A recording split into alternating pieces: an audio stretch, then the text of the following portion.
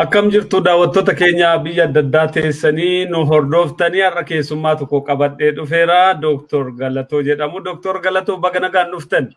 Baga nagaan eegdan fayyaa ta'a. Ulfaadhaa sagantaa keenya irratti argamuudhaa fi amma afaan Ingiliffaan gaggeessina. Qophiin kun warra afaan Oromoon dhageenyeef ijaa darbuufi. I have guests from human rights defender is very known, Dr. Trevor Trueman, a long time human rights person. He doing with Oromia Support Group. And Dr. Trevor, I heard you have today 2 days conference, which is organized October 24 and October 25. What is the purpose of this conference? Can you explain to us?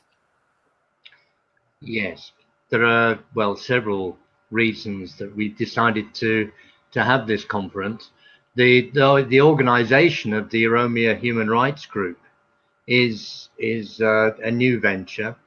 It's a combination of 3 groups that have been reporting similar events and often the same information, but from different points of view.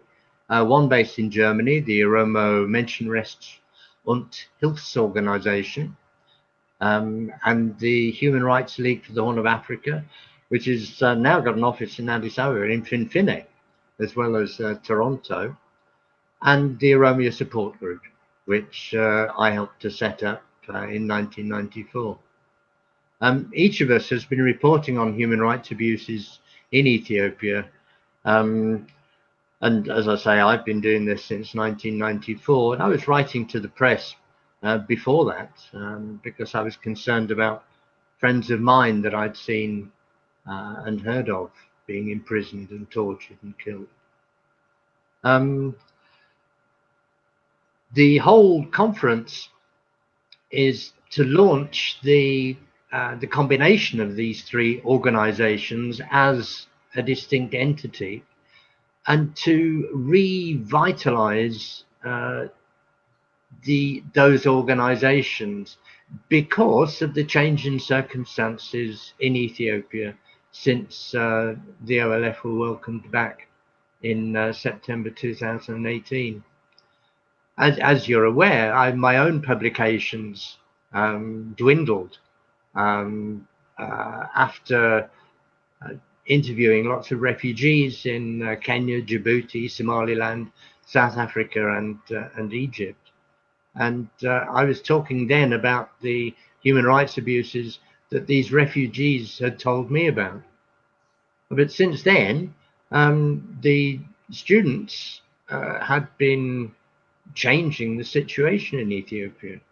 Of the whole country, the Oromo students, and later joined by students in Amhara region, they brought about a terrific change, which we were all terribly excited about.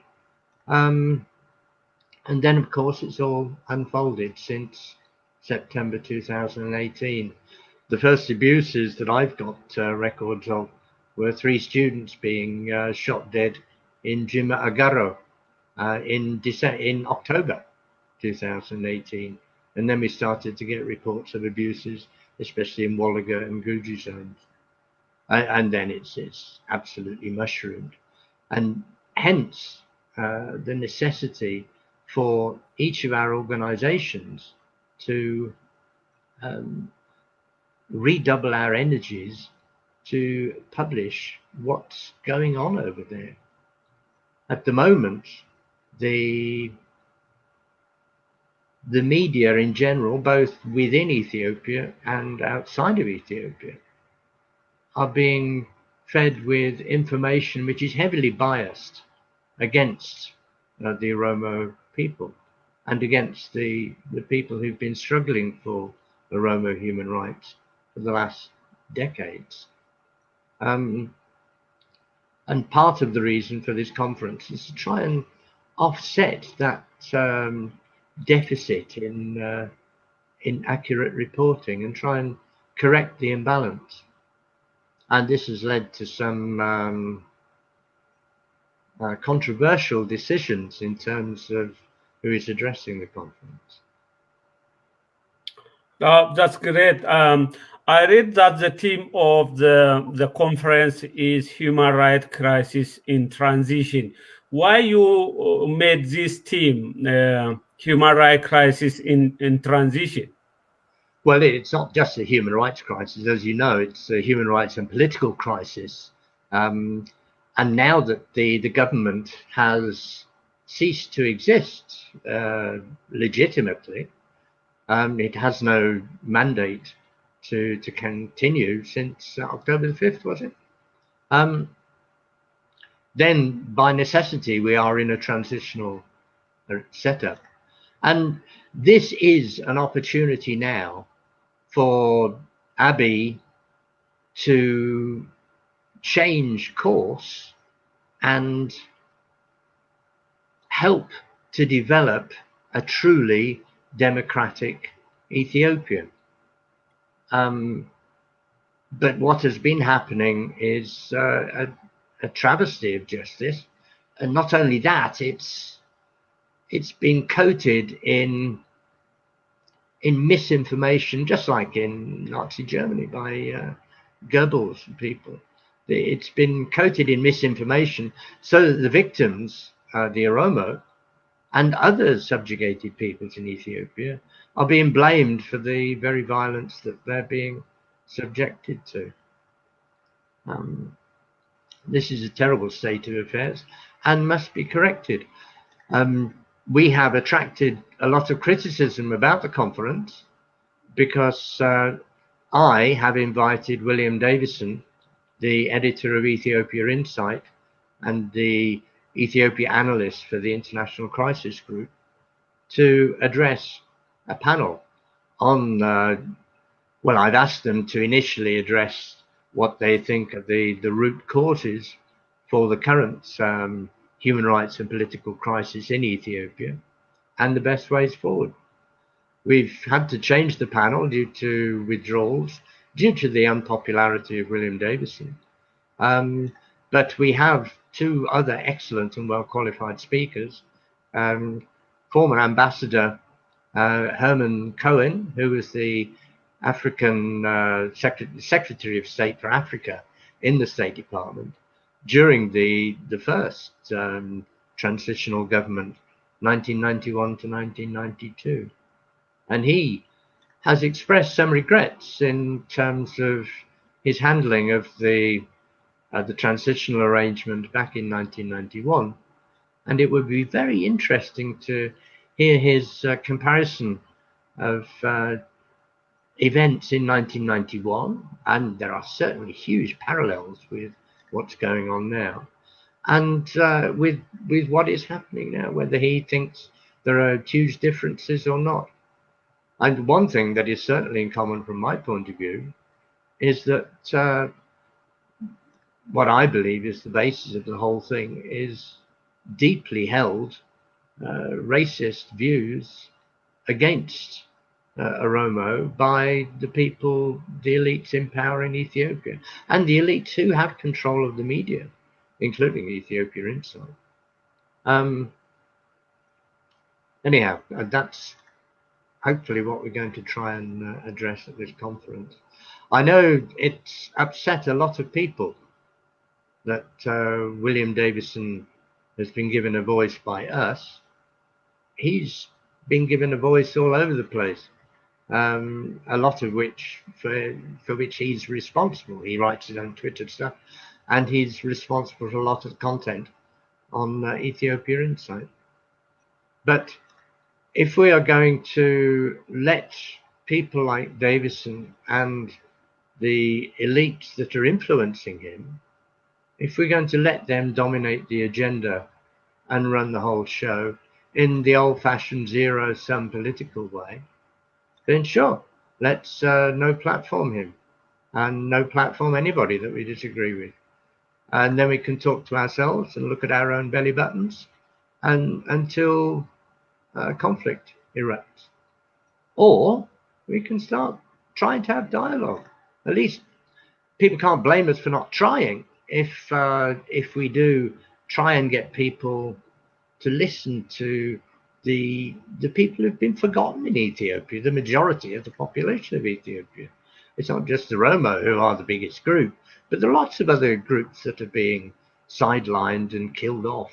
Goodness me, at the moment in Gambella, there's a possibly genocidal events going on caused by settlers from the north. So, yeah, if we're going to change this situation, then we have to talk to people. And we shouldn't talk from positions of inferiority, conditions of subservience. Those days of slavery are over. We should be talking to people as equals, and only as equals, not as their dominators. And we shouldn't be delivering the message that we can be as nasty to you as you can be to us. The OLF has campaigned for decades, ever since its inception, that what needs to change in Ethiopia is not who's in charge, but the whole system in which one group dominates over another. That's been the OLF's philosophy ever since it was established and put into their manifesto, which I think was written in 1975. And this is the basis on which I've worked ever since being interested in Ethiopia. I was introduced to Ethiopia through contacts within the OLF in the first place. And I was amazed these were the most intelligent and well-informed people I'd ever met.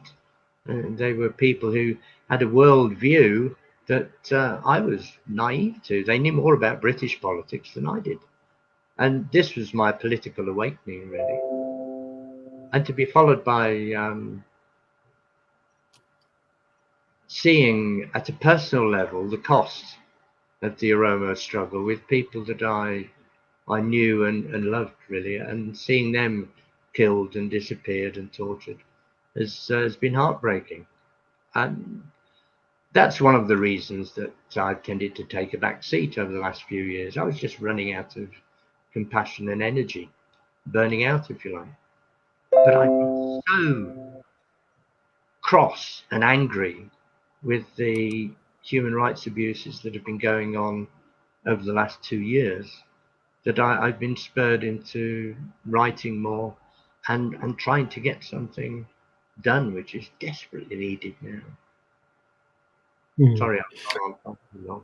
Yeah, that's fine. Thank you very much. It's to explain your position and the reason why you invited those people. There are many criticism I'm reading on Facebook and on different platforms regarding William Davidson, and one of the issue is the way he is reporting about Oromo in Ethiopia, Oromo protests, the way he handling the information in the slanting to or marginalizing the idea of Oromo, something like that. It offended peoples. However, when you invite him, do you have anyone who explain on behalf of Oromo what is ongoing in the country? Is it any evidences which you want to counter him on that stage? Yes, in fact, I have spoken to William Davison, well, not directly, but by email. When I tried to get him to publish an article which covered the atrocities that were in the 53rd report of the Oromia Support Group. And he was initially encouraging, but the article I submitted was something that he didn't want to hear, and he would not agree to publish it because I was critical of his stance, basically. But it would have been very easy to no-platform Herman Cohen in 1993 after the OLF troops encamped for the 92 election had been overrun, and after hundreds of thousands had been detained and tens of thousands killed because of the American condonement of the attacks on the OLF. We could have no platformed Herman Cohen. But now it's going to be very interesting to hear what he has to say and his experiences. And he's changed his mind. Perhaps in 10 years' time, we will find that William Davison has changed his mind. We certainly won't get him to change his mind by calling him a racist and being nasty to him. And this is one of the problems in Ethiopia, that there's very little room for dialogue. It's part of the zero-sum political game and social game that people play in Ethiopia. It's all or none. There's no sharing. It's one dominant group over another. And as I said before, this is what needs to change. It's the system. And by highlighting human rights abuses, we can change the system. And if it means giving airtime to people with whom we have profound disagreement and great criticism of, then so be it. Well, let's not withhold criticism, but let's not hit people with baseball bats. Let's try and talk to them. That's what we've got to do. Thank you very much. How the audience will participate on the conference? What mechanism you use to invite and to participate on this crucial event? Well, we are taking a risk in terms of giving publicity to the Zoom link via Jamal Sadiq's group, the Oromo Global Forum, based in Minneapolis. And we will be sending the link to participants that we're inviting personally. But we have taken a risk of making it not difficult for people to come and attend if they want. But they won't be able to ask questions verbally. This will all be done through a moderator, because we're aware that feelings are very high and people may feel the desire to explode and get very angry, but that will not serve any useful purpose at all. And so we will be recording the event and not sending it out live. We will be recording the event and then putting an edited version with useless angry moments taken out, but anything that has good argument in it and clearly expresses a valid opinion, then we will include, including what William Davison says, even if we disagree. All right. Because of the conferences still you are doing on the preliminary activities, we just mainly to inform the public there is the event. So do you have any message to the public, something you want to pass at this stage? Yes. The Oromo people should be confident. Things are changing. They may not change as quickly as we want them to, but as Ngasa Kumsa said, the Oromo movement is like a huge cooking pot. It takes a long time to heat it up. But once it's heated up, no stopping it. And that's where we are. We're boiling. And it may take time, but we will get self-determination.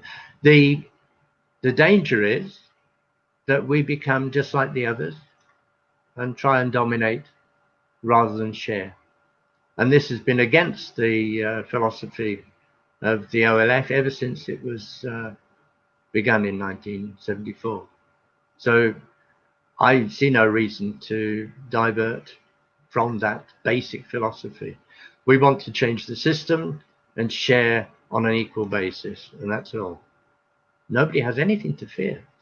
All they have to fear is a growing economy and a growing affluence for the whole country, for everybody there, if we can get rid of this stupid racist stuff. All right, thank you very much. I will come back after conference and we will discuss further. I really appreciate you to tonight's discussion, and I say good luck. Thank you very much, Nabesa, and thank you for staying up so late to interview. It must be 2 o'clock in the morning your time, or even later. I don't know. Yeah, Anyway, yeah. okay. All right. We'll meet over the weekend. All right. Thank you very much. Nagati. Bye.